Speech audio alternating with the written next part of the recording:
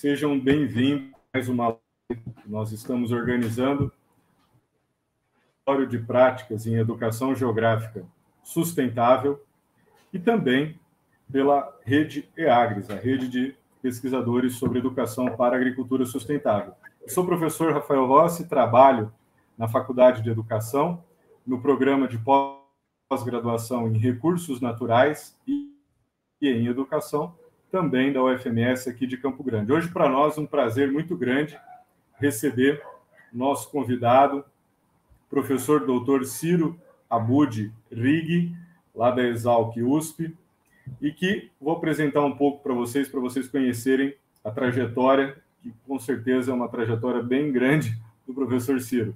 Ele possui graduação em Engenharia Agronômica pela Escola Superior de Agricultura Luiz de Queiroz, em 1992, pela USP, mestrado em 2001 e doutorado em 2005 em Agronomia, pela mesma faculdade, e tendo realizado parte deste no ICRAF, Quênia, área de concentração fitotecnia com ênfase em ecofisiologia e sistemas agroflorestais. O professor Ciro é revisor de vários periódicos nacionais e internacionais. Tem experiência na área de agronomia florestal, com ênfase em ecofisiologia, atuando principalmente nos seguintes temas: sistemas agroflorestais e ecologia aplicada. Também trabalhou como trader em empresas em diferentes locais do país, tendo experiência em exportação, negociação e coordenação da cadeia produtiva. Desenvolveu doutorado no Centro de Sena USP, em Piracicaba, Instituto Nacional de Pesquisas da Amazônia, INPA, Manaus, e 2008, com trabalhos e estimativa de fitomassa e estoques de carbono. Professor Ciro, além de tudo, eu tenho o prazer de falar que é um grande amigo, um interlocutor com o qual eu tenho aprendido muito, com indicações de referências bibliográficas, e com as nossas conversas, e pela bibliografia, por uma referência importante que eu considero um dos maiores pesquisadores do Brasil a respeito dos sistemas agroflorestais, de uma maneira efetivamente científica. Então, como que nós funcionaremos a live de hoje? O professor Ciro vai ter a fala dele, em torno de 40, 45 minutos. Nós, principais primeiras perguntas. Tá bom? Professor Ciro, mais uma vez, muito obrigado por receber você aqui. Muito obrigado a você, Rafael. Ótimo estar aqui. Muito obrigado pelo convite.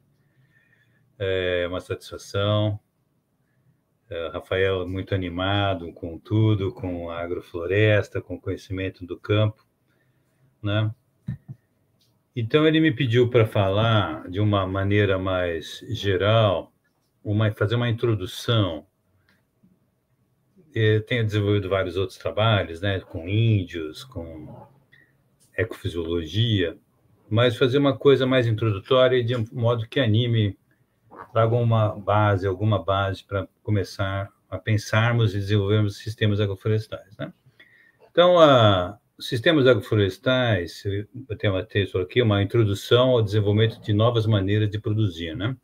Então, essas são as impressões. Isso aqui é um fóssil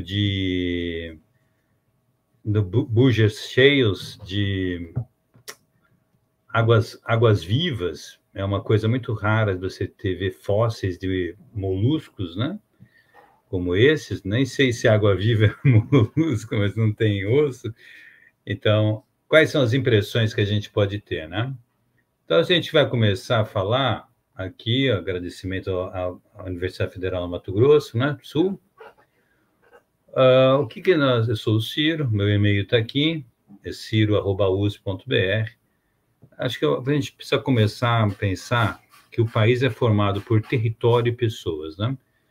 E o tripé da sustentabilidade tem as pessoas como centro. A agricultura é uma atividade predominantemente humana, essencialmente humana, né? Aqui, para quem não conhece, onde fica, essa aqui é uma foto da Exalc. Ao fundo, à esquerda, você pode ver o prédio central. Aqui é o prédio da engenharia. A Exalc foi fundada em 1901 e ela participou em 1934 com a fundação da Universidade de São Paulo. Tá?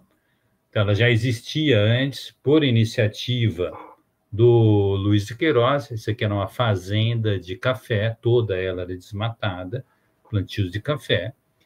Então, Piracicaba era avançada tecnologicamente, e o Luiz de Queiroz tinha uma fiação de algodão, movida aqui na beira do rio.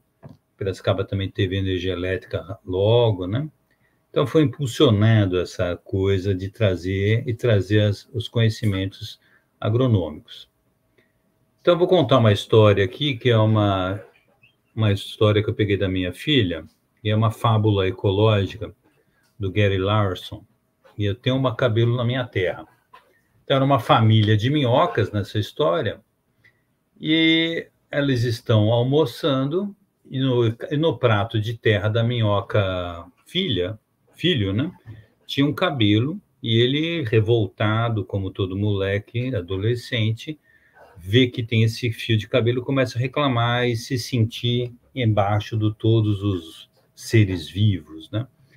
E o pai minhoco pensa que ele não presta nem para isca, começa a contar uma história para ele compreender melhor. E ele conta a história da Benedita. E a Benedita era uma mulher que vivia no campo e ela adorava a natureza.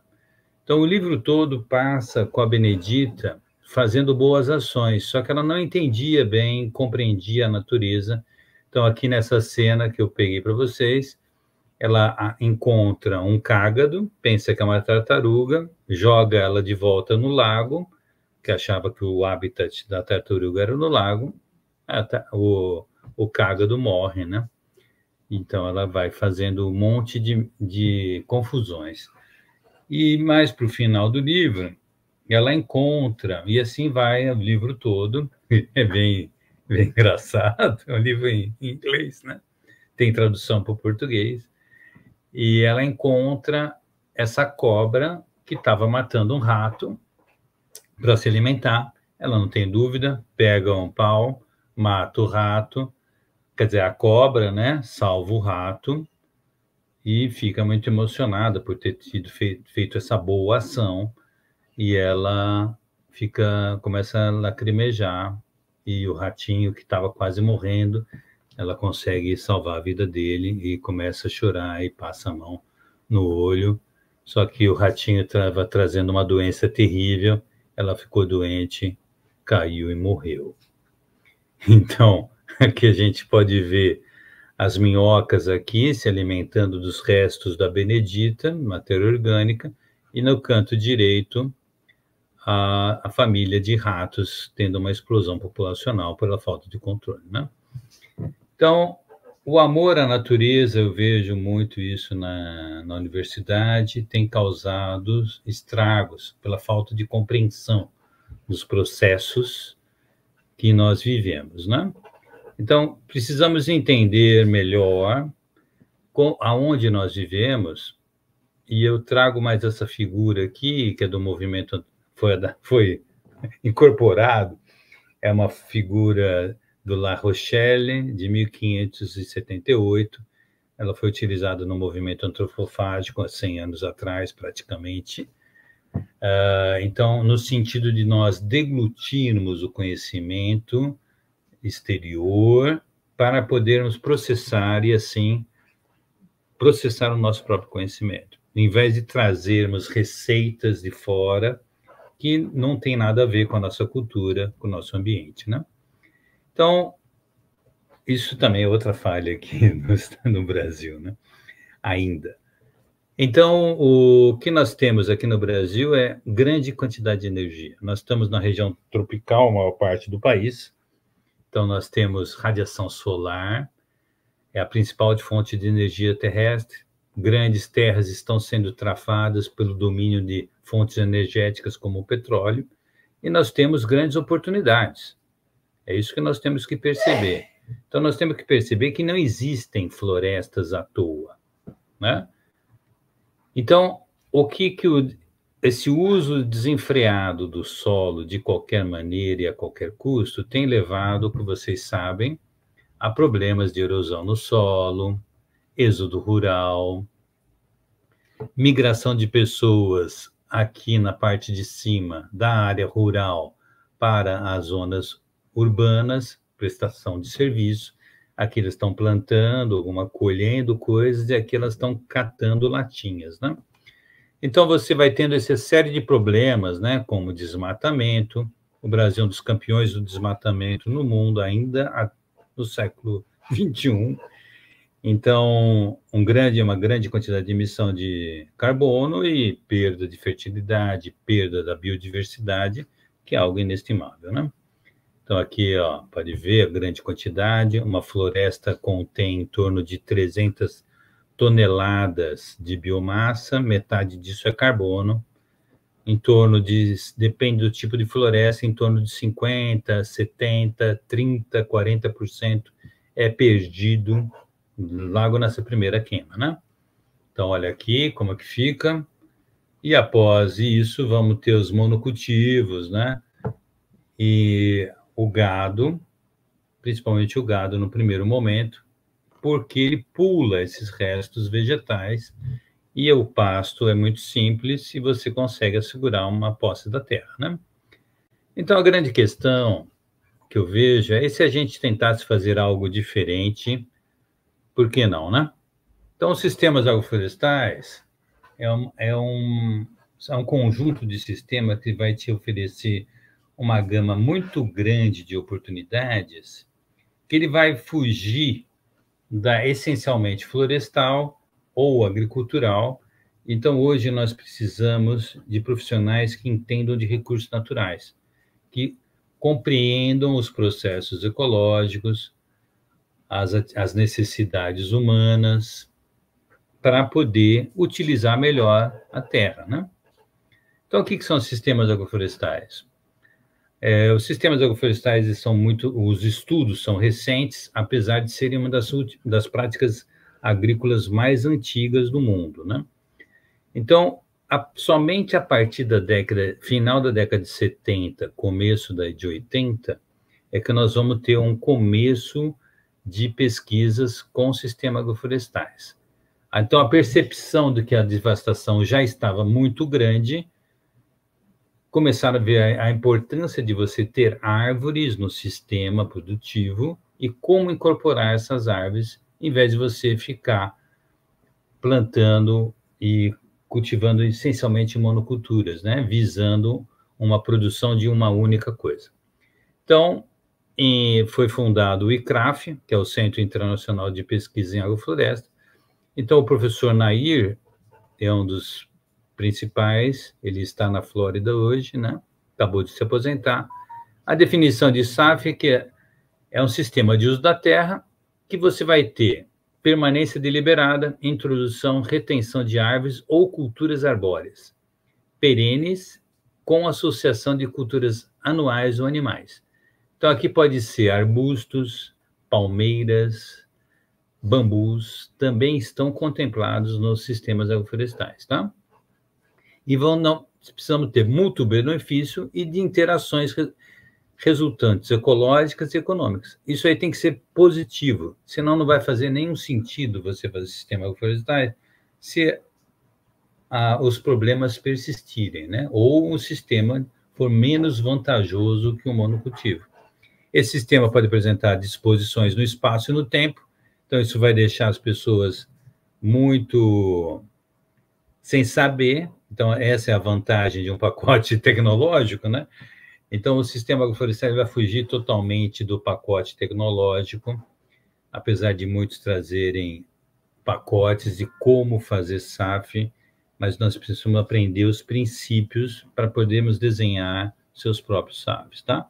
E isso aqui tem que ser compatível com as práticas de manejo da população local, tá bom? Então, aqui, ó, eu trago uma foto. No mesmo dia, eu peguei limões no sol e na sombra. É um limão cravo, tem limão China, rosa, depende da região, tem diferentes nomes. É um limão muito resistente, muito saboroso. Então, eu estava lá, eu botei essa caneta em cima da mesa, tem um pano aqui. Então, você pode ver a cor mais agradável, mesmo dia, mesma hora, somente estava no sol e na sombra, né? Veja como o limão que está na sombra, ele cresceu mais, uma coloração melhor, ele é muito mais vendável do que esse limão aqui. Essa foi uma das primeiras perguntas que uns franceses fizeram para mim. Por que que a laranja no Brasil não é laranja? E está aqui a resposta. No sol, há uma intensa degradação dos compostos secundários que vão conferir cor e sabor. É por isso que os produtos de locais com menor temperatura geralmente são mais saborosos, geralmente são mais vistosos. Tá bom? Então, esse excesso de radiação é que vai permitir ter florestas. A gente precisa compreender isso aqui, tá bom? Então, olha o tamanho do Sol em relação à Terra e a quantidade de energia que chega na superfície do planeta. A constante solar é em torno de 1.300 watts por metro quadrado, lá em cima, na estratosfera. Chega aqui no chão da Terra num dia limpo, claro, de verão, aqui no Brasil, vai chegar em torno de 500 a 600 watts em 1 metro quadrado. É muita energia, tá? Então, olha aqui a adaptação que uma planta faz para sobreviver tanto no sol como na sombra. À esquerda, nós temos a mesma planta, essa Thermopsis montana, que é uma leguminosa, quando exposta ao sol e quando exposta à sombra. Então, uma vez feitas, as folhas são feitas especificamente para cada ambiente. Então, se a folha é feita para aguentar uma carga energética muito grande, ela vai ter uma conformação diferente, ela vai ser uma folha mais grossa, tá? Ó, o parênquima palissádico muito mais alto, tá? Vai ter mais cutícula, mais serosidade, maior número de estômatos também, e vai ter outras adaptações. Bom? Então, os sistemas agroflorestais, eles vão estar baseado na interação. E a interação vai até onde? Até o infinito. Não existe um limite para a interação, porque nós não deixamos de existir. Então, na natureza, o tamanho importa. Então, quanto maior a interação. A floresta amazônica é importante em todo mundo por causa do tamanho dela. Se ela for uma floresta pequena, a sua importância e o seu efeito no ambiente começa a ser cada vez menor. Então, a interação, a gente não sabe onde termina. Então, os sistemas agroflorestais eles vão ser naturalmente exportadores de serviços ecossistêmicos, tá bom? Olha aqui a quantidade de benefícios que nós podemos ter com os sistemas agroflorestais. Controle de erosão, fertilidade do solo, controle microclimático, favorecer a infiltração de água, fixar nitrogênio, melhorar as propriedades do solo, melhorar a qualidade dos produtos, como nós vimos, fixar mais CO2, polinização, produção de madeira, ciclar nutrientes, controle do vento, produção de frutos, outros produtos não madeireiros, conservação da biodiversidade, trampolins ecológicos, redução de daninhas, controle de pragas e muito mais.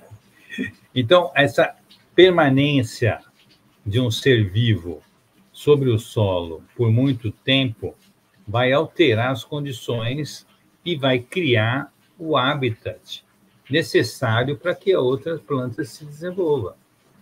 Então, um ambiente que tem árvores, ele tem mais ambientes, mais estratos, mais locais, mais condições de vida para suportar uma maior biodiversidade. Tá bom?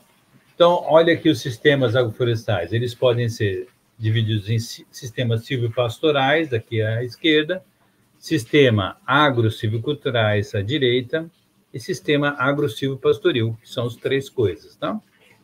Sistemas agroflorestais, eles podem ser classificados pelos componentes estruturais, funcionais, adaptação ecológica, uso de insumos, e nós vamos ter tudo isso daqui, né? A natureza e seus componentes, que é o agro-silvopastoril, silvopastoril, agro-silvicultural, entre outros. E o arranjo espacial e temporal. Então, não necessariamente o SAF, ele precisa da árvore estar ao mesmo tempo. Então, um sistema de derruba e queima indígena, tradicional, roça de toco em outros locais, ele é um sistema agroflorestal, tá? Mas não confunda isso com desmatamento que vai virar plantios e nunca mais retornar. Então, aqui você retorna com o ambiente florestal depois. Então, você vai poder desenhar sistemas agroflorestais com todos esses viés para fins econômicos, de subsistência, aqui, ó, nível de uso de insumos, se você vai ter uma função produtiva, se você vai ter uma função protetiva, se é num local semiárido, tropical, úmido, seco. Então, essa grande gama de oportunidades, as pessoas perdem um pouco como fazer, não tem uma receita, tá? Então, aqui é uma foto para vocês verem como pode ser muito bem preservado e você ter funções ecológicas importantes. Aqui é um sistema agroflorestal na Barra do Turvo, na Coopera Floresta. Sistemas agroflorestais, então, nós vamos ter toda essa quantidade de plantas que nós podemos ter. As pessoas gostam de falar de extratos, eu prefiro falar de energia disponível, tá? Se você tiver árvores mais ou menos frondosas, mais ou menos folhosas, você vai ter mais ou menos radiação. Então, não é uma questão de extratos, mas sim de disponibilidade de energia, tá? Se você quer que plantas que estejam abaixo produzam, você vai ter que fazer com que chegue energia solar lá, seja por podas, seja por um espaçamento mais amplo, tá bom? Então, olha aqui, ó. Essa aqui é uma visita que nós fizemos na Índia, uma região produtora de café. E fui chegando, depois que a gente visitou, eu peguei e fiz essa montagem com fotos, com imagens de satélite. E olha aqui, ó. É uma região, a Índia tem 1 bilhão e 200 milhões de pessoas ou mais, então altamente povoada, povoamento antigo. Olha aqui a vista da montanha, tinha um hotel pequeno lá. Então, quando eu cheguei, eu pensei que estava no meio de uma floresta, né? E somente no dia seguinte, nós descemos a montanha e pude ver que essa floresta não era... era diferente, né? Então, olha aqui como ela toda manejada, ela toda podada, tá? E olha quem que é o mantenedor disso. Esse era o dono do local que a gente foi visitar. Então, veja a sanidade desse café embaixo de sombra. Ali embaixo, ali atrás, você pode ver a pimenta do reino. Tem árvores plantadas para madeiras, tem árvores nativas e tinham outras coisas também, tá bom? Olha aqui, ó, o bosque que é formado, e com isso, ao desenvolver esse sistema produtivo, você incentiva a preservação. Não a preservação por ela mesma, mas por manter pessoas. E ao manter pessoas, você promove um melhor uso da terra. Olha a quantidade de matéria orgânica ciclando e a quantidade de pessoas trabalhando nesse local. Tá? Muita gente, muito dinheiro, um local altamente com uma população enorme. Então, os sistemas agroflorestais, eles vão levar de arrasto todos esses aspectos aqui, ó, ecológicos, econômicos, produtivos, sociais, serviços ambientais, restauração e de políticas públicas, tá? Então, nós temos que pensar o sistema produtivo como um local para das pessoas poderem viver. A agricultura é uma atividade humana das pessoas para as pessoas. Estávamos comentando outro dia que a visão atual é que a agricultura é chão de fábrica. Então, ela fica não um lugar. Isso é muito bom, né? Então, as pessoas vão viver na cidade e ali é um local apenas para se produzir. Eu defendo que não é isso, nunca foi isso, e não deve ser tratado dessa maneira, tá?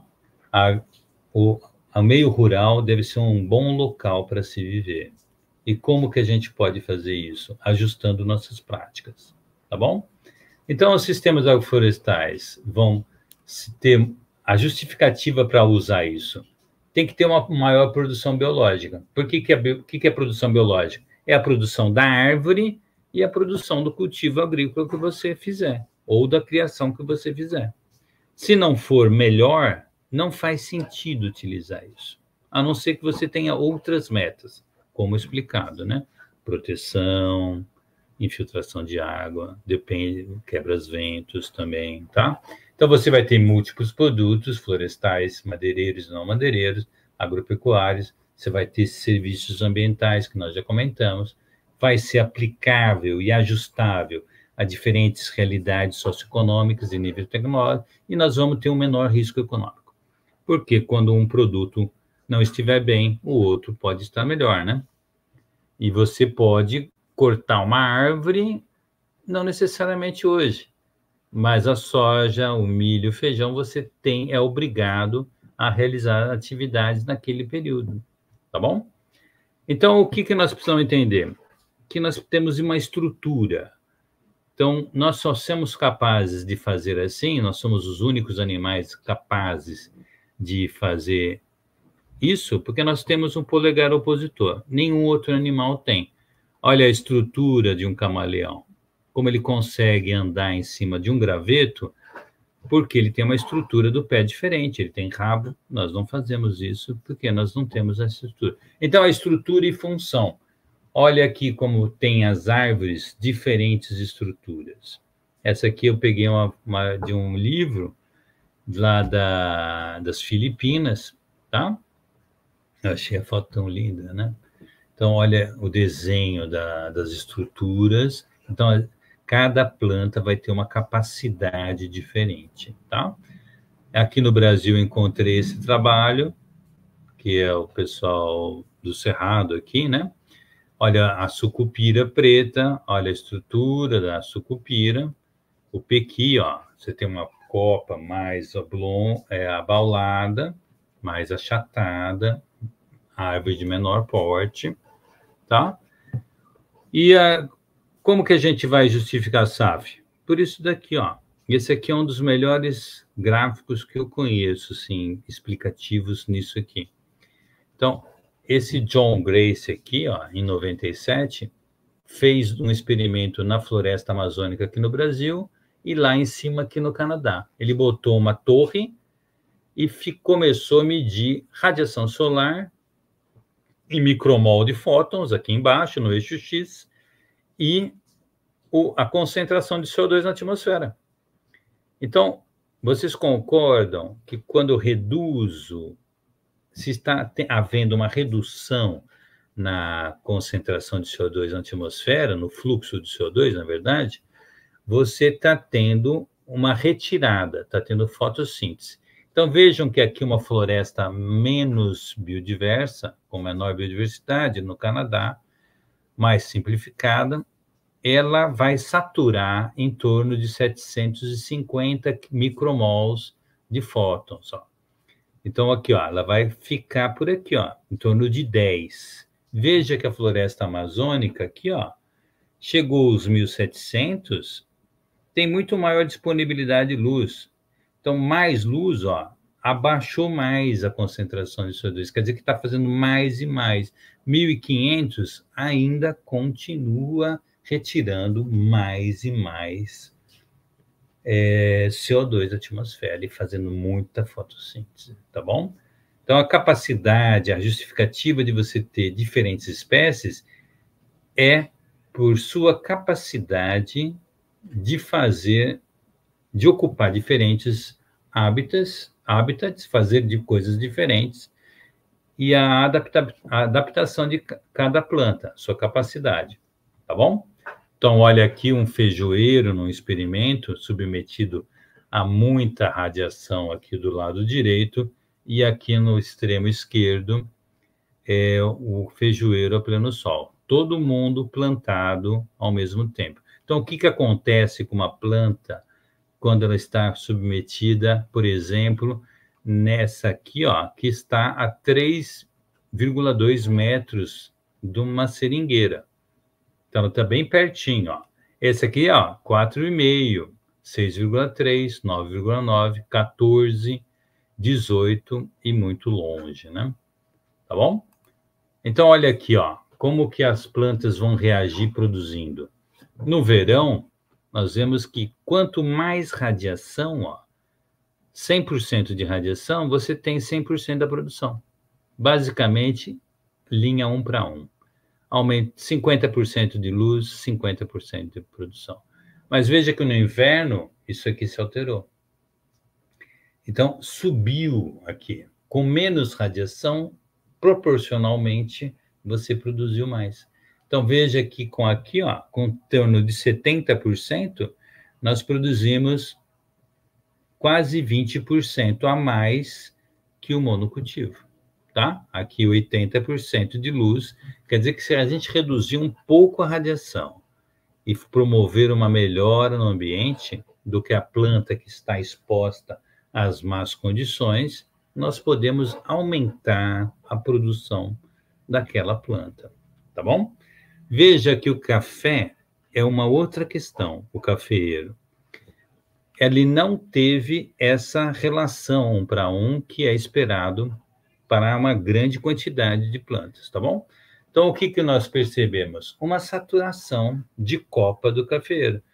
Quando chegou em torno de 45, 50% de radiação, nós vemos que o aumento de radiação aqui não conferiu um maior crescimento do cafeeiro.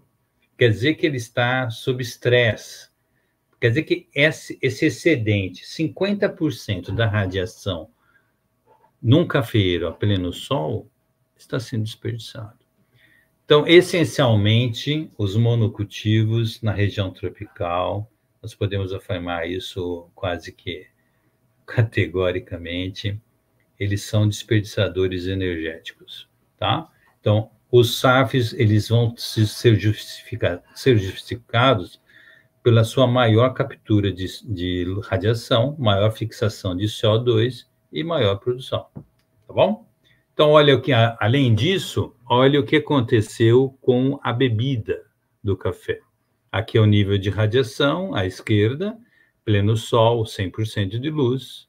Então, veja que ele deu a pior nota no mesmo local, hein? Poucos metros, 50 metros de distância da árvore, aqui, tá? 100 metros, um pouquinho mais, menos. Então, olha aqui, ó. A bebida era mole, apenas mole, até essa região aqui, ó. Mas aqui começou a ser adstringente. E aqui era limpa e leve adstringente. Então, nessa faixa aqui, ó, nós conseguimos, mesmo numa região que não é tida como boa produtora de café, melhorar a qualidade do café, tá? Simplesmente por ter árvores. Então, aqui, ó, as seringueiras, então a gente tem que avaliar sempre as duas coisas, né? A árvore e a planta associada. O diâmetro do tronco, ó, vejam que quem está no monocultivo teve diâmetro de tronco normalmente menores, tá? Então, o que aconteceu com o IAF? Veja que o IAF da seringueira, que é o índice de área foliar, quantos metros quadrados de folha nós temos em 1 metro quadrado de terreno? Então, aqui, ó, no monocultivo, teve muito menos folha do que aqui, ó. Olha como aqui chegou esses 3 clones, IAN 3087, RIN 600, RIN 527, tiveram aumentos muito expressivos na quantidade de folha. Então, aqui, ó, chegou no máximo a 2,5. Esse aqui, o IAN 3087, chegou aqui no máximo a 2. E depois teve uma recuperação das folhas, ele perde as folhas, mais lento. Esse aqui, ó, permaneceu, teve um maior enfolhamento e permaneceu enfolhado por mais tempo, tá bom? O que aconteceu, então? Esse pessoal que está com mais folha produziu muito mais, sem fazer esforço. Então, veja aqui, ó, como esse aqui, ó, o IAN 3087, aqui são os meses, né? Novembro a julho, nós vemos a produção crescendo, aí chegou no máximo a 250 gramas, aqui chegou em 400, e aqui, ó, ele pulou para 400, dobrou. Aqui, ó, 600, pulou de 400. Em média, nós tivemos um aumento de produção de seringueira de 50% por árvore, que é o que importa, porque as pessoas trabalham um número fixo de árvores por dia. Então, olha como nós estamos otimizando a mão de obra. A mesma pessoa vai sangrar árvores que são 50% mais produtivas. Olha o retorno econômico que nós podemos ter com isso, sem falar da árvore, da cultura associada, tá bom? Então, o que nós descobrimos é uma coisa interessante, que nós inventamos, que é o IAF e a produção de borracha. Quanto maior a número de folha, a área foliar, maior a produção de látex. Isso tem uma correlação muito estreita, altamente significativa, tá bom? Então, ao invés de você ajustar para um calendário fixo a quantidade de vezes que você sangra a seringueira, você pode fazer sangrias ajustadas, melhor ajustadas com o ambiente que você está. Então, se a planta está mais numa situação melhor e tem mais folha, ela é mais capaz de produzir mais látex, tá bom? Então, o SAF não produziria apenas 50%, mas se ele fosse sangrado mais vezes, ele responderia produzindo ainda mais, tá bom? Então, aqui é um experimento que eu trouxe por causa do Rafael, que gosta de experimentar. Esse aqui é um SAF, um silvopastoril, que temos eucalipto e aqui é plantada a Titônia diversifolia, que é o margaridão. Então, qual que é a tentativa? Você vai dar uma melhor condição aos animais, tá vendo? Então, aqui nós sempre temos que fazer um trabalho, um estudo do SAF comparando com o monocultivo. Então, aqui ó, nós temos o sistema silvopastoril e aqui ao lado é o monocultivo, o pasto a pleno sol. Então, com plantas que têm raízes, as vacas não comem apenas pasto, que é gramíneas, elas podem comer outras plantas também. E o margaridão, por exemplo, ele tem 22% de proteína. Olha que bacana. E ele tem aqui nessa região, uma região de solo arenoso, é o norte do estado de São Paulo, tá bom? Garça, Bauru, nessa região. Já quente, já uma região de cerrado, uma transição de cerrado, tá? Então, você vai ter plantas que têm raízes mais profundas, vai ter uma maior, esperamos, né? Isso é um experimento que está rodando aí, maior oferta de alimento por mais tempo e esperamos que tenha um melhor crescimento. Também por dar um maior conforto aos animais, tá bom? Então, as conclusões aqui, acho que eu tenho uma corridinha a mais, assim é bom que a gente pode conversar mais. O que nós podemos tirar dessa breve introdução aos sistemas agroflorestais, né? Que a agricultura é uma atividade propositiva, ela requer metas. Essa questão de ser um SAF biodiverso, na minha opinião, não faz muito sentido nele por ele mesmo. A biodiversidade vai fazer sentido ao poder contribuir com o bem-estar das pessoas, né? Por isso que eu acho que o uso da terra, o único propósito é o bem-estar das pessoas. Então, é uma atividade das pessoas para pessoas, e nós vamos ter que trabalhar esse tripé, social, ambiental e financeiro. Se nós continuarmos tendo o ambiente esvaziado do meio rural, com apenas 15% das pessoas no campo, como nós temos hoje, vai ser um lugar de ninguém. Então, as pessoas, como a minha esposa, educadora ambiental, fala, as pessoas, elas têm que ser cuidadoras do ambiente, né?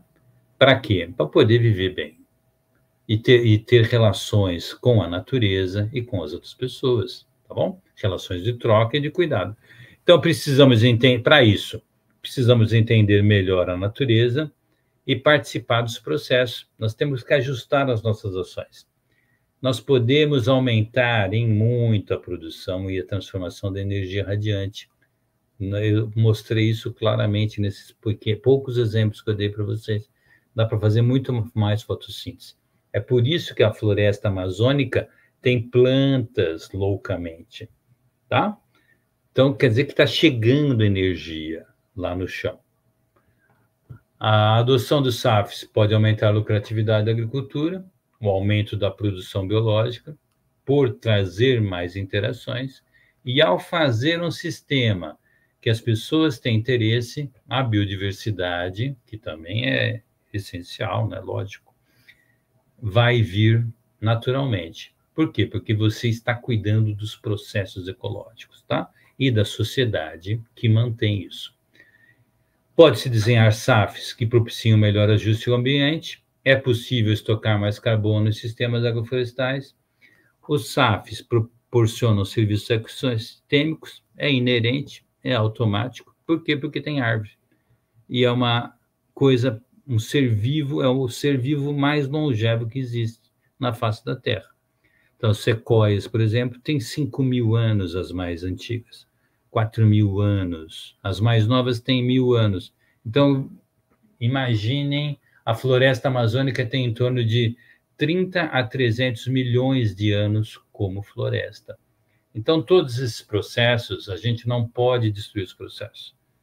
E nem a evolução biológica que ocorreu nela, né? Então, a questão é ajustar nossas atividades, né? O gás carbônico é um nutriente, isso não é uma desculpa poluir mais. Com a emissão dos gases de efeito estufa, nós estamos vendo que o mundo está ficando um pouco mais verde, mas isso não está sendo suficiente para contrabalancear essas emissões, né? Os processos, reaproximação dos sistemas antrópicos aos sistemas naturais, é isso que eu vejo a nossa necessidade. Nós precisamos fazer mudança local e ajuste global. Foque no que é possível fazer, nós temos que focar no nosso vizinho, no bem-estar das pessoas, para ter uma sociedade melhor, tá? Essa é a foto de uma senhora que eu tirei na rua, acho que é lá na Índia também, né? Então, as pessoas são centrais na atividade humana, não há sentido se não for isso. E como última mensagem, eu quero deixar para vocês aqui, a ciência não é um jardim de verdades, mas um cemitério de certezas. Essa foto de um filme muito bom, um faroeste antigo, o bom, o mal e feio. Então, a ciência, a descoberta, é uma oportunidade para desbravar novos horizontes. Obrigado, acho que trouxe isso. Obrigado, Rafael.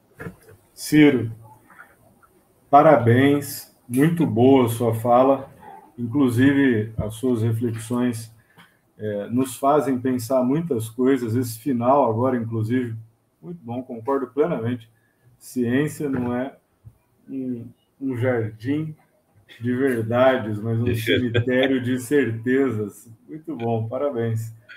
Nós temos até agora 2 perguntas, vou colocar as 2 aqui, e aí depois, a hora que surgir a terceira, eu faço a terceira. Pode ser? Você já respondeu? Pode falar ela aí, ó. Lê para a gente. Então tá.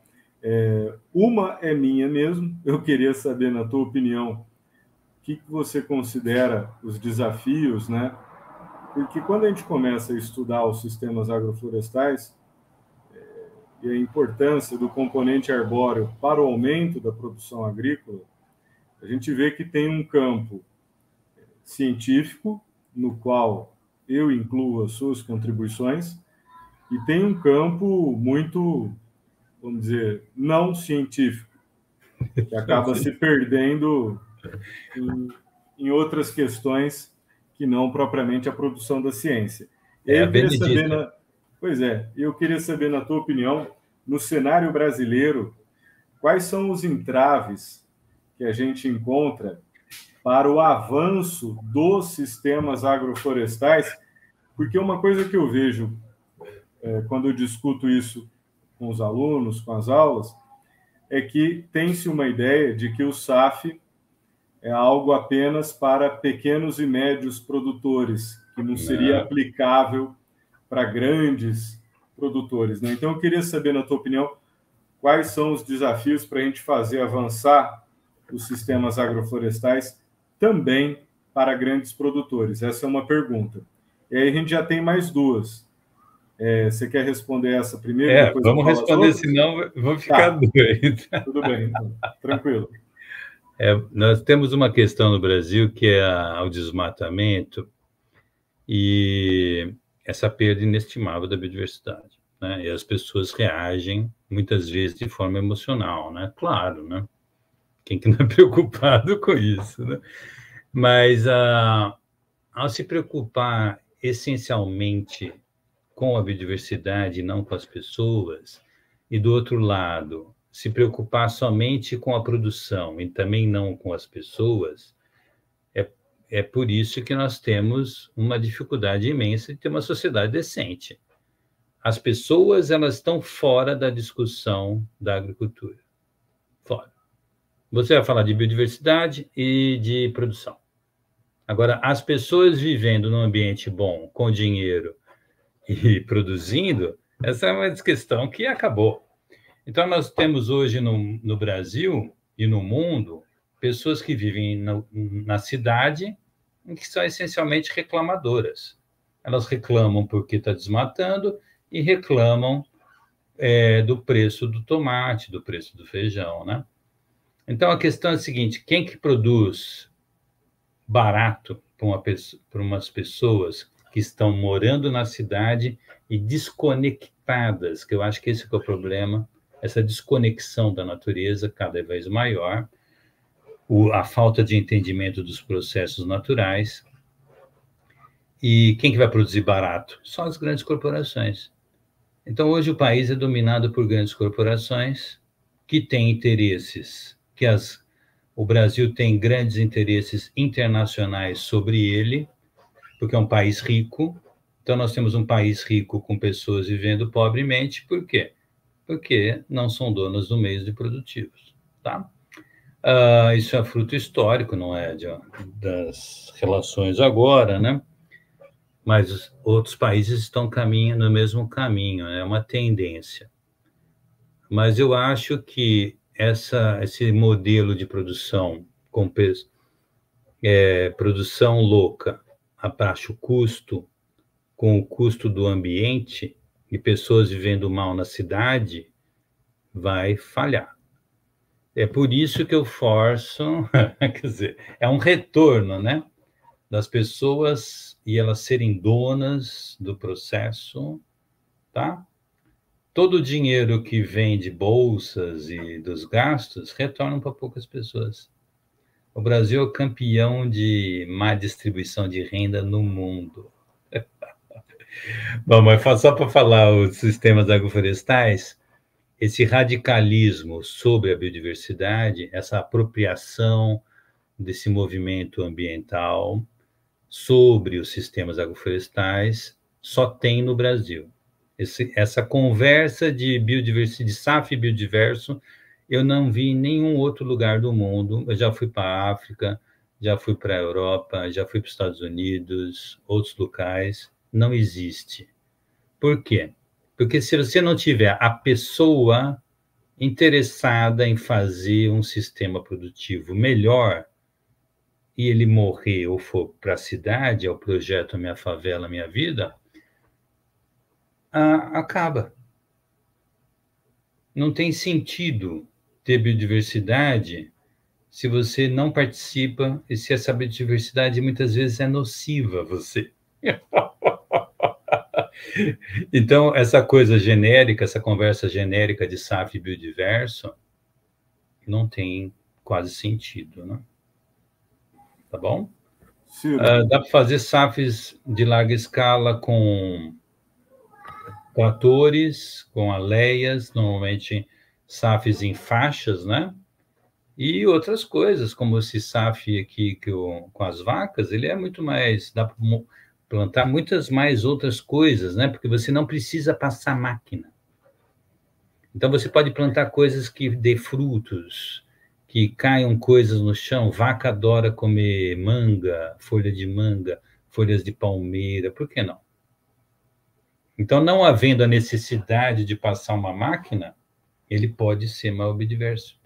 Agora, se tiver que fazer algo com a própria mão e ter uma receita pouca, dado o baixo preço dos produtos agrícolas, porque as pessoas que moram na cidade são demandantes de produtos baratos, né? Não tem dinheiro. Então, aquela coisa de ter um produto especial produzido no SAF, caro, vai vender para quem? Então, eu vejo que a distribuição da riqueza é importante, mas não da maneira como é proposto pelo governo atual, mas sim incentivar as pessoas a participarem do processo. É por isso que é melhor falar de processo do que falar de biodiversidade. Havendo um processo, circulação de nutriente, infiltração de água, sombra, diferentes ambientes, diferentes condições, a biodiversidade vem por si só. Havendo oportunidades de trabalho, todo mundo vai se encaixar, né? Você joga os conceitos ecológicos para o humano, batem muito fácil. Eu considero esse teu posicionamento profundamente humanista, né? É humanista, descobri faz pouco tempo. Mas é humanista, mas no sentido, vamos dizer assim, forte do termo, não no sentido etéreo. É recolocar as pessoas, os indivíduos, no centro da questão da relação entre sociedade e natureza, né? Muito interessante. É lógico. Isso não quer dizer que você vai sair desmatando porque eu quero. Não é o reizinho. Não é. É a gente participar do processo e não ficar na cidade. 85% das pessoas vivem na cidade. São os reclamadores. Temos uma segunda e uma terceira pergunta já. A segunda pergunta é do Bruno. Ele coloca assim: professor, o senhor apresenta a copa e a folhagem correlacionando com a produção, e ficou compreensível a importância dos SAFs na agricultura. Há uma correlação de produção com profundidade das plantas? E está te mandando um abraço. O que é profundidade? De raízes? Eu imagino que sim, eu acho que quis dizer isso sim. Uma correlação de profundidade de produção com profundidade das plantas, ele escreveu. Acho que a gente já mediu competição por água, né? Então, o problema é a interação pode ser positiva ou negativa ou neutra. 3 tipos de interação. Então, é muito cômodo para mim ficar na sombra de uma árvore, porque quem leva a porrada, quem leva essa carga de sol é a árvore, né? Então, você está nas margens de um elefante, a árvore é um elefante. Você fica protegido. Como aquela produção do feijão no inverno, quando você não tem as melhores condições, está protegido, pode melhorar o ambiente. Você vê que é o ambiente... O pessoal confunde ecologia e põe a biodiversidade antes do ambiente. Então, ambiente e depois quem mora neles. Então, quem que mora no mangue, que aguenta sal, poucas espécies. Quem que mora na neve, poucas espécies de árvores, né? Coníferas, senão outras quebram, né?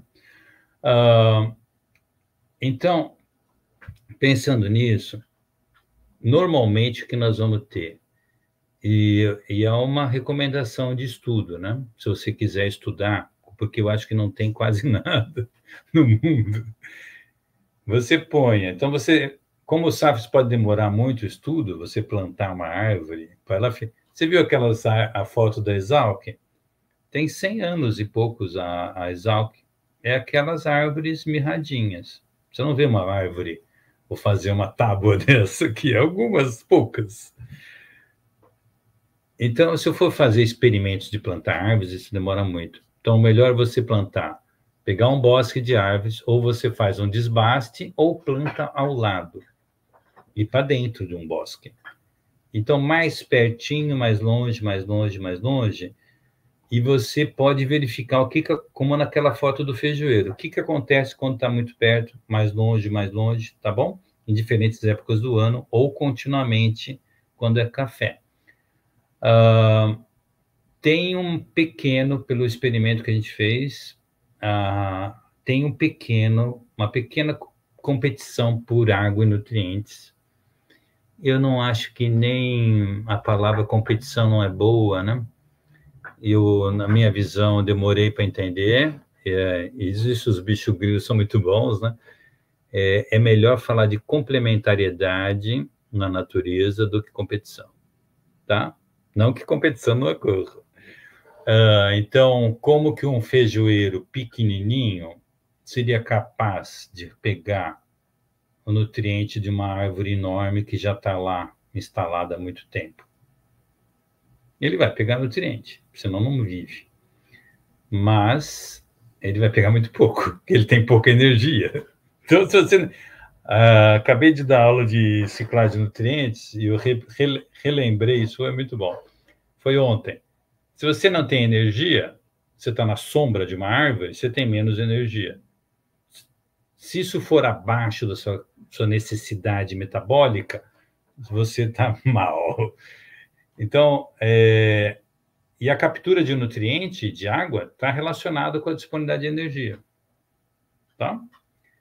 Então, você viu que na foto do café, do feijão, os feijoeiros mais próximos das árvores ainda estavam verdes. E os frutos maduros do limoeiro, eu não medi isso, né? Porque eu peguei lá na hora, eles estão maiores. Então, o melhor entendimento é energia solar, luz, radiação é energia. O meu ex-orientador falou uma vez, é como você acelerar o carro. Se eu ponho mais energia, o carro, que no caso é a sua planta, vai andar mais rápido. E aí ela vai precisar extrair nutrientes mais rápido. Se você não tiver esses nutrientes rapidamente disponíveis, vai faltar e vai ter problema na árvore ou na planta, né? Agora, se a sua máquina, a sua árvore, quer dizer, a árvore não, o pessoal lá de baixo, está numa condição de sombra, você desacelerou o carro, desacelerou a planta.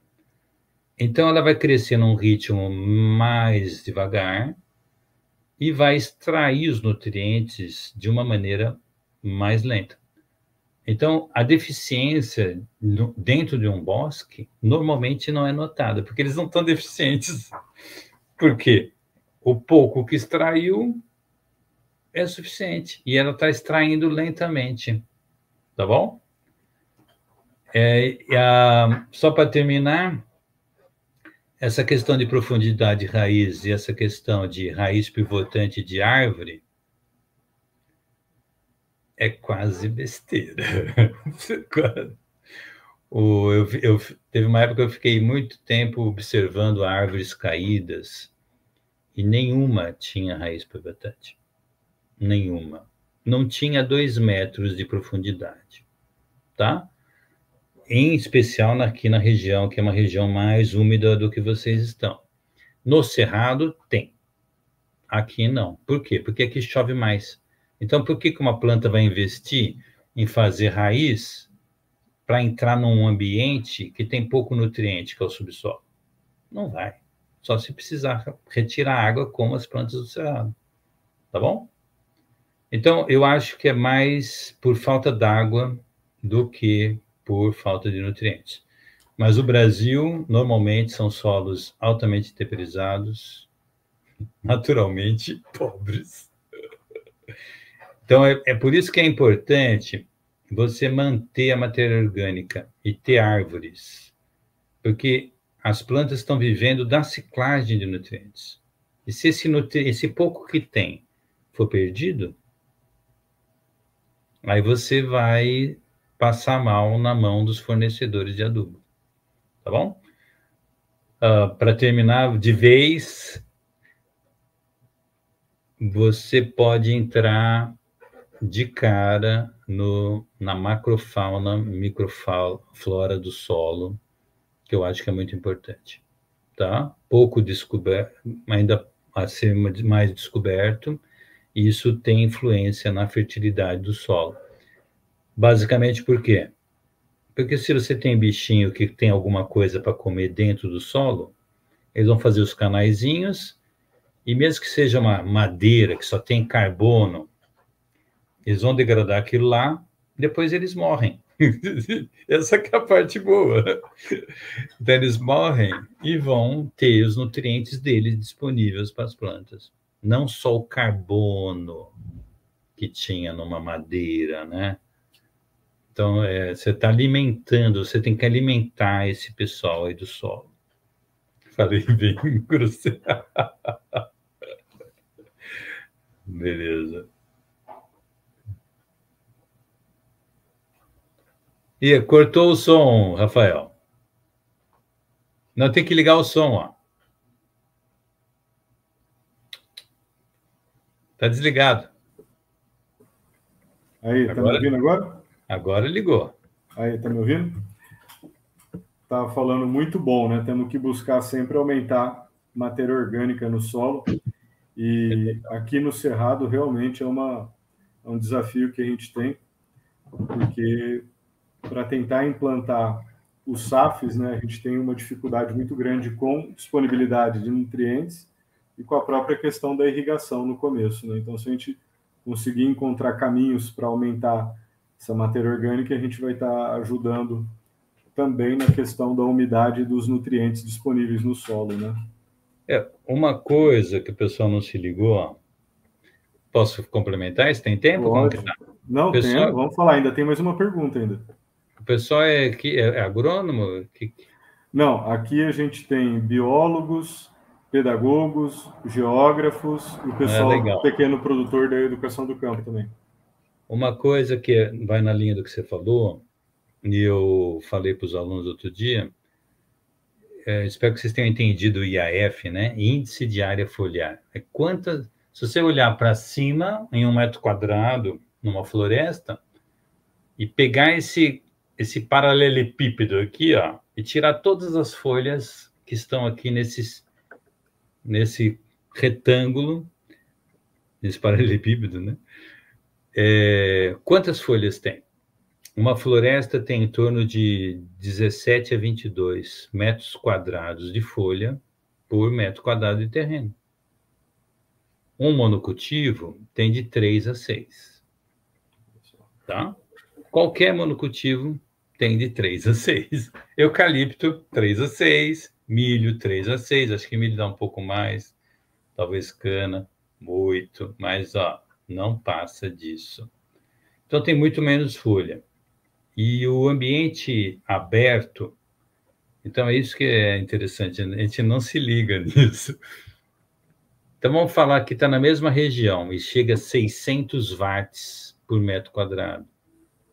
Se eu tenho uma floresta que tem 20 metros quadrados de folha, num metro quadrado, essa energia vai ser distribuída nesses 20 metros quadrados. Entendeu? Então, 600 por 20, 60 por 2, 30 watts por metro quadrado. Claro que não é assim, né? O pessoal que está lá em cima recebe muito mais luz, isso aqui vai ser uma exponencial negativa, segundo a lei de Beer, né? De atenuação de radiação. Mas você tem muito mais folha para distribuir essa energia. Agora, quando você vai para um terreno plano, essa energia chega aos 600 watts em 1 metro quadrado. Então, por isso que nós temos cada vez um lugar cada vez mais quente, tá? Então, um ambiente florestal com muita folha, ela vai perder a água. Você precisa transformar essa energia em energia em evaporação, transpiração. E aí que entra a questão anterior, né, de você ser capaz de aprofundar as raízes, especialmente no ambiente mais seco, para ter água para continuamente ficar transpirando. Exatamente. Tá? Então, se você está transpirando, você resfria o ambiente. Agora, se você deixou de... Então, num solo que está exposto, inicialmente molhado, ele perde a água e depois começa a esquentar, que é o calor sensível. Então, isso vai causar o que o pessoal chama de desertificação, que eu vi isso no Mato Grosso, mais ao norte aí, na região de Sinop, é o que está acontecendo. Então, o ambiente cada vez mais quente, cada vez mais seco, vai fazer com que a transpiração das árvores que as plantas fiquem submetidas a uma condição cada vez mais estressante e vão ficando uma estrutura cada vez mais xeromorfa. Entendeu? É muito interessante, né? Uma discussão, além de ser interessante, é importante, né? É muito bom. Esse é um processo que um francês descobriu em 1947, lá na África. Tem muito mais savana na África do que deveria ter, pela ação do desmatamento. A gente poderia falar que as florestas funcionam, entre aspas, né, como glândulas sudoríparas, né, porque elas têm um papel na refrigeração, né, se fosse para fazer uma analogia, né? Glândula sudorípara. É só para fazer uma analogia, né? Elas estão resfriando através do processo de evaporação, né? Como pessoal de outra área, é legal saber que quantos estômatos tem 1 milímetro quadrado uma folha. Você sabe esse número? Não. É muito alto. É 100 e poucas. Depende da espécie, claro, né, pessoal? Mas pode ter até 200. Num milímetro quadrado. Então é muito estômago. Imagina isso em uma condição... 100, 90, nessa faixa, assim, né? Imagina isso submetido numa condição de estresse, né? Então, tamanho, energia, tudo. Então, você precisa fazer com que a planta esteja num ambiente bom. Primeiro, falar de ambiente, para que ela possa ter o estômago aberto. E aí, capturar o CO2. Se está num ambiente seco, ela fecha o estômago, né? Tem mais uma pergunta, Ciro, do Félix. Ele, inclusive, é nosso aluno aqui, ele veio de Moçambique, lá na África. Muito bom. E ele está falando assim, ó, obrigado pela rica explanação. Eu, como sendo novo nesse campo, gostaria de entender um pouco que práticas são indispensáveis em SAF e quais as que devem ser evitadas nesses processos. Rapaz... a maior parte de atividades que eu vejo são todas em química. De atividades baseadas em conhecimento não científico, que eu não acho que seja ruim. Então, eu falo, pessoal, assim, eu sabia fazer bolo, que eu gosto de culinária, desde moleque. Então, pega ovo, bate lá, faz não sei o que lá, pega manteiga. E eu sempre fiz bolos bons, né? Pelo menos eu gostava. Então, para fazer bolo, eu preciso ter o conhecimento científico? Não. Não é o conhecimento científico para explicar por que acontece tal coisa, tá? Então, a prática que você deve ter a primeira coisa é pensar muito bem a instalação. É muito diferente plantar árvores do que plantar uma cultura anual. Uma cultura anual, no ciclo de 90 a 120 dias, acabou. Aí você planta de novo. Agora, uma cultura que vai ficar lá, você tem cafeeiros de 50 anos, cafezais, né? Seringais com mais de 90 anos. Custa caro uma muda, né? Os SAFs, é bom saber, normalmente são mais caros de se fazer. Por quê? Porque além de eu plantar alguma coisa, eu vou ter o componente arbóreo, arbustivo, eu vou ter que comprar muda, eu vou ter que fazer mais coisas numa mesma área, certo? Essas atividades só se justificam se isso aqui tiver uma maior produção biológica, tá? Uma coisa que as pessoas não entendem é, eu plantei SAF de café com seringueira. A produção do café caiu. Normalmente isso vai acontecer. Por quê? Se eu tenho árvore, eu tenho menos pé de café. É simples assim, entendeu? Então, a árvore ocupa espaço, você vai ter menor população da outra espécie, seja café, seja milho, o que você for plantar, seja pasto, perdeu espaço, tá? E por isso que tem que falar de produção biológica, que é a produção do sistema como um todo. Então, quanto que produziu de café, se melhorou a qualidade e vendeu mais caro, e quanto que produziu da árvore, um SAF simples, né? Árvores e cafeiros. Esse aumento de produção vai ter que ser justificado, tá? Para que isso ocorra, como a gente sabe, o efeito é a energia solar, em especial. Por que energia? Sem energia, sem movimento. As pessoas que mais iniciantes de ecologia falam muito de equilíbrio. Isso é uma besteira. Não tem nada em equilíbrio no mundo, nada. Isso é uma teoria da década de 70 que já provou que não é bom falar isso. Por quê? Porque o mundo está em transformação.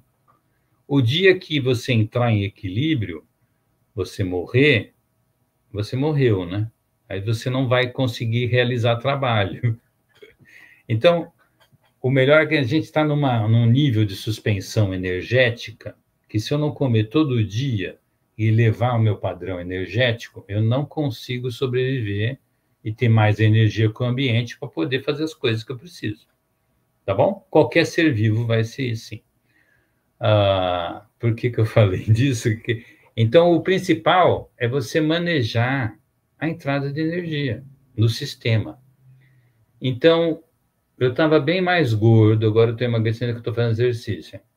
Então, até me mostrava, batia a mão da barriga. Será que eu preciso comer tanto como eu estava comendo antes? A resposta é não. Se eu comer muito menos, eu vou viver e vou viver melhor, porque eu não vou estar estressado de estar gordo. Como eu estou me sentindo melhor agora, né? Então, a planta joga essa ideia para as plantas. Será que ela precisa de tanta energia? O cafeiro mostrou claramente que não precisa. Acima de 50% da energia, já ele não respondia mais. Ou seja, você está dando comida, energia para a planta e ela não precisava, ela não está respondendo a isso. Então, você está desperdiçando energia. Os sistemas monoculturais são altamente ineficientes energeticamente. Isso já está provado desde a década de 70, tá? Então, nós temos que fazer um sistema que permita, que dê as condições necessárias para que a planta sobreviva bem. Então, se a planta precisa de 50, como que eu vou desenhar a SAF agora? De modo a dar 50% de luz para o cafeiro, não menos. De 50, na verdade, de 50 a 70. Depende da época do ano. Então, se você plantar muito perto, e como que você pode fazer isso? Com um luxímetro É um aparelho muito baratinho, ele tem um sensorzinho e aqui você olha quanto que deu a leitura. Luxímetro é uma medida antiga, que ninguém mais está usando, e por isso que o aparelho é barato. Ele tem relação com os comprimentos de onda do visível. Então, isso é bom para as plantas, porque é a faixa que as plantas mais utilizam, tá? Então, como que você faz? Você vai no ambiente aberto, bem longe das árvores, e mede. Aqui deu 500. Vai debaixo da árvore, deu só 20. É muito sombreado, tá? Se desse 250, você tinha 50%. É claro que você faz várias medidas, né? Vai caminhando e vai medindo. E aí você pode fazer as suas podas. Outra coisa é você plantar mais adensado e fazer poda. Nesse sistema mais manual, eu não gosto tanto, eu gosto também, eu levo os alunos, só que aí você não vai conseguir competir com os monocultivos, tá bom?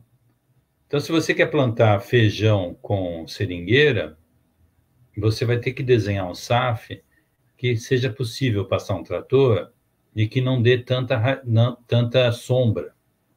Então, você pode escolher árvores que tenham copas menores. E depois você também pode ajustar seu espaçamento, depende do maquinário que você tiver. Se você tiver uma plantadeira que você usa, tem uma largura, tantas linhas, aí você pode pensar assim, ó, faço uma passada de ida e faço outra volta, 2 passadas. Ou, se você quiser também pensar em altura, né? Não menos do que uma altura. Então, se uma seringueira tem 15, eu faria uns renques de 30. Então, uma árvore aqui, 15 mais 15 da outra, dá 30. Fica bem razoável, tá bom? Se você quer produzir árvores para fazer madeira, a recomendação é você ter de 200 a 300 árvores por hectare. Tá? Mas tem outras técnicas, não dá para... procure ler coisas de fisiologia e de meteorologia e de ecologia. Ecologia é o caminho. E faça esse exercício de jogar as coisas para você. Eu faço muito isso na aula. Eu jogo para mim, para os alunos, e depois eu jogo para as plantas. Bate bastante. Bate bastante. Então, será que a planta precisa de tanta energia? Não. Então, eu pergunto para os alunos, por que tem planta, não sei lá, num local lá? Eles não sabem responder. É simples, porque tem energia solar. Se não tivesse, não tinha planta. É isso, né? Se quiser falar mal do monocultivo, é muito fácil, né? Esse ambiente antrópico desestabilizado. E hoje eu tenho falado um pouco, eu estou tentando estudar um pouco de entropia. Isso para os ecólogos e para os biólogos é muito bom. Então, essa quantidade de energia que você não canalizou por alguma via e fica dispersa no ambiente, vai ser um transtorno tremendo. Não tem nenhum cara que viva 100 anos, 100 e poucos anos, gordo.